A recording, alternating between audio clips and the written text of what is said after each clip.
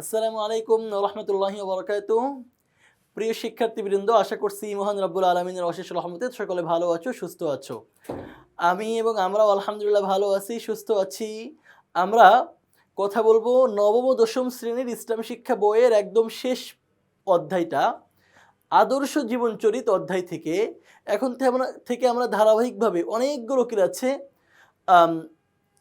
নবম ও দশম শ্রেণীর পঞ্চম অধ্যায়ের আদর্শ জীবন চরিত্রের বিভিন্ন বোর্ডের গুরুত্বপূর্ণ সৃজনশীল প্রশ্ন নিয়ে আলোচনা করব ইনশাল্লাহ। আজকে আমাদের সামনে আছে ঢাকা বোর্ড 2025-এর একটা গুরুত্বপূর্ণ সৃজনশীল প্রশ্ন। আমরা দেখতে পাচ্ছি এই প্রশ্নের যে উদ্দীপকটা আছে, এখানে দুইটা দৃশ্যপট দেওয়া আছে। দৃশ্যপট 1, দুবলার চর এলাকার নিরক্ষর লোকেরা কারণে অকারণে নারী নির্যাতন করে। সন্ধ্যার পরে তারা জোয়ার আসর ও চোলাই মদ নিয়ে ব্যস্ত থাকে। আমরা দেখতে পারি যে কারণে অকারণে নারী নির্যাতন করা, এরপরে জোয়ার আসর বসানো, চুলাই মদ নিয়ে ব্যস্ত থাকা, এইগুলো মূলত ইসলাম পূর্ব আরবের জাহেলি সমাজের একটা চিত্র এখানে চিত্রিত করা হয়েছে। দৃশ্যপট 2, আমতলী ইউনিয়নের চেয়ারম্যান একজন জনদরদী লোক। স্বাধীনতা যুদ্ধে অসাধারণ বীরত্ব প্রদর্শনের জন্য তিনি বিশেষ খেতাব লাভ করেন।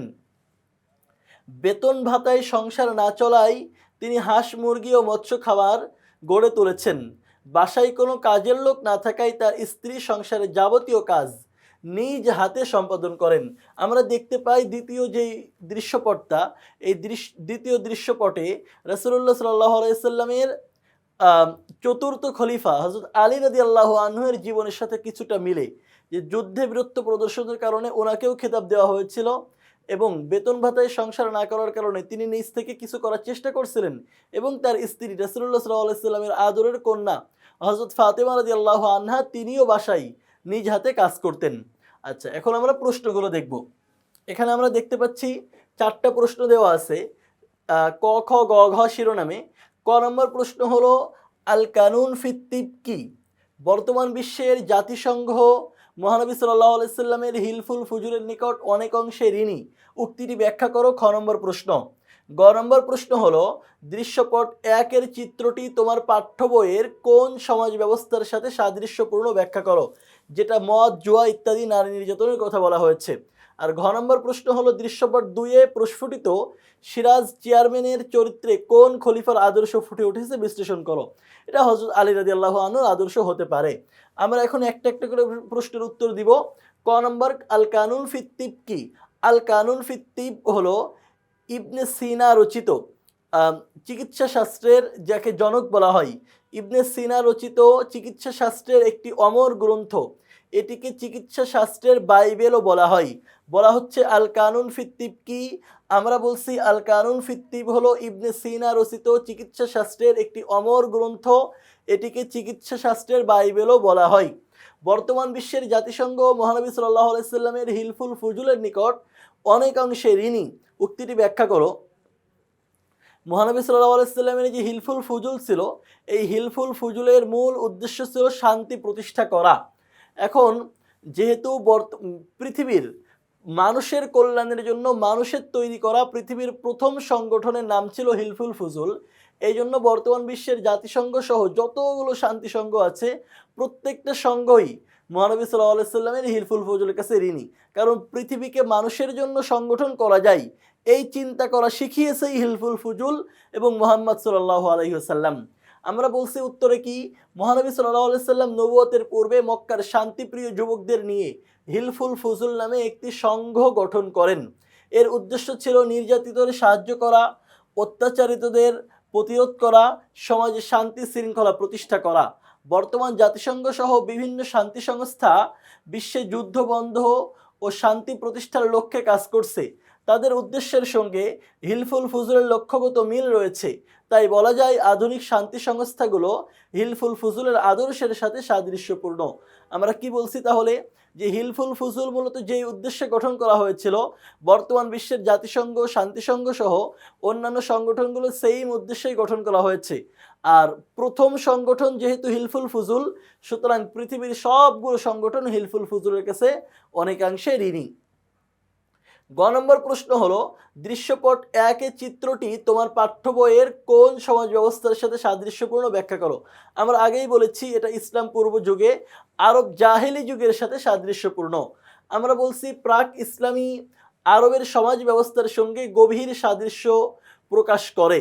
মহানবী সাল্লাল্লাহু আলাইহি সাল্লামের আবির্ভাবের পূর্বে আরব সমাজে নৈতিক অবক্ষয়, কুসংস্কার ও অজ্ঞতার অন্ধকারে নিমজ্জিত ছিল। সেই যুগকে আইয়ামে জাহেলিয়া বা অজ্ঞতার যুগ বলা হয়। মানুষ নবী রাসূলদের শিক্ষা থেকে বিচ্যুত হয়ে বিভিন্ন অসামাজিক ও মানবতা বিরোধী কর্মকাণ্ডে জড়িয়ে পড়ে, যেমন খুন খারাপি, রাহাজানি, সুদ, ঘুষ, ব্যভিচার, মদ্যপান ও জুয়া খেলা ছিল সাধারণ ঘটনা। মানুষের জানমাল ও ইজ্জতের কোনো নিরাপত্তা ছিল না। সামাজিক শৃঙ্খলা ও নৈতিকতার পরিবর্তে বর্বরতা ও বিশৃঙ্খলাই ছিল প্রধান বৈশিষ্ট্য। উদ্দীপকের দৃশ্যপট 1 দেখা যায় দুবলার চর এলাকার নিরক্ষর লোকেরা কারণে অকারণে নারী নির্যাতন করে। সন্ধ্যার পরে জুয়া ও চোলাই মদ নিয়ে তারা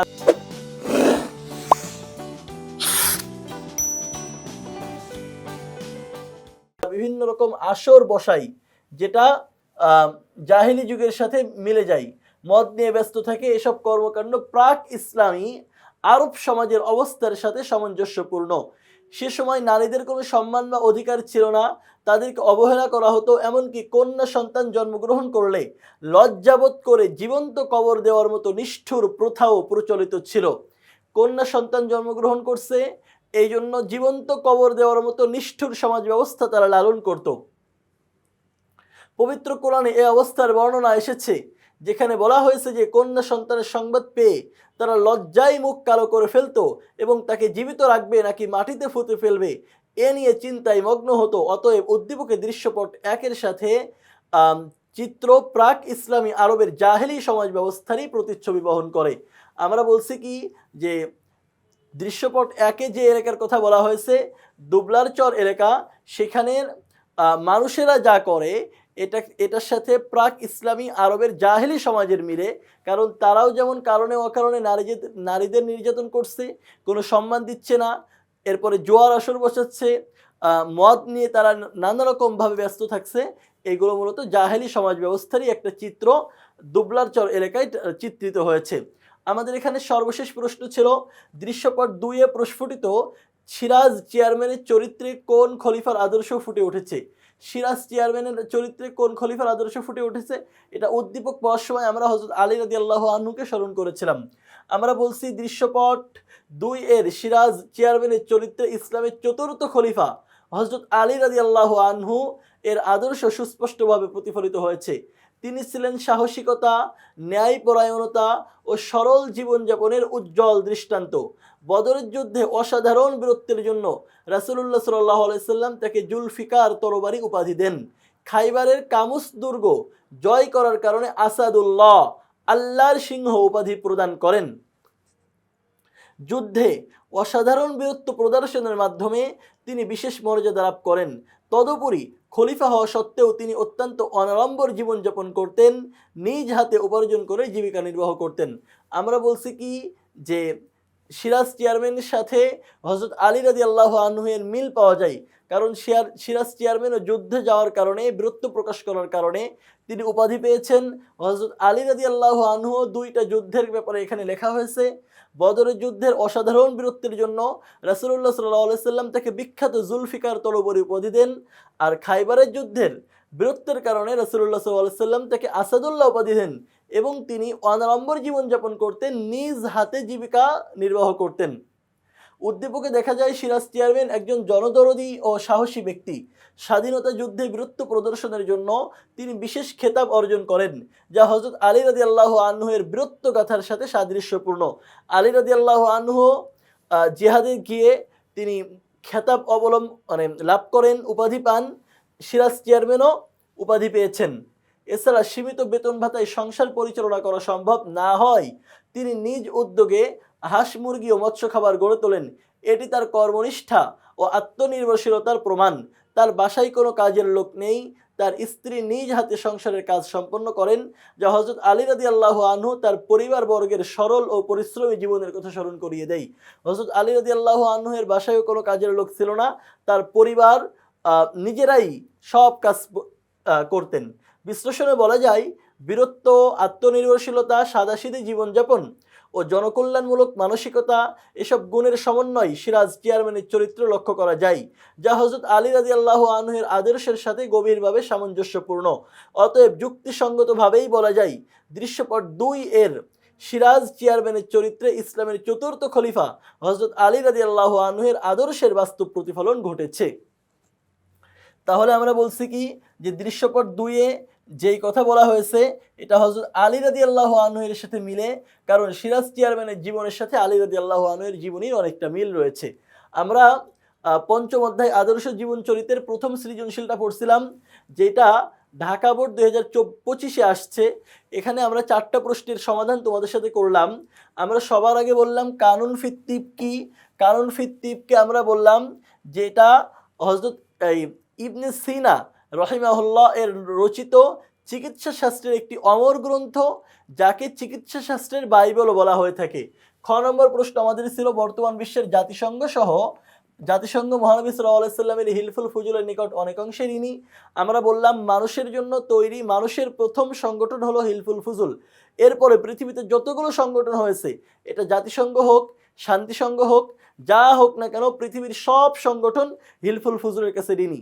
কারণ মানুষের জন্য সংগঠন করা যায়, পৃথিবীর মানুষকে এই চিন্তা শিক্ষাই দিয়েছেন রাসূলুল্লাহ সাল্লাল্লাহু আলাইহি সাল্লাম এবং হিলফুল ফুজুল। আমাদের এখানে গ নম্বর প্রশ্ন ছিল দৃশ্যপট 1 এর চিত্রটি তোমার পাঠ্য বইয়ের কোন সমাজ ব্যবস্থার সাথে সাদৃশ্যপূর্ণ ব্যাখ্যা করো।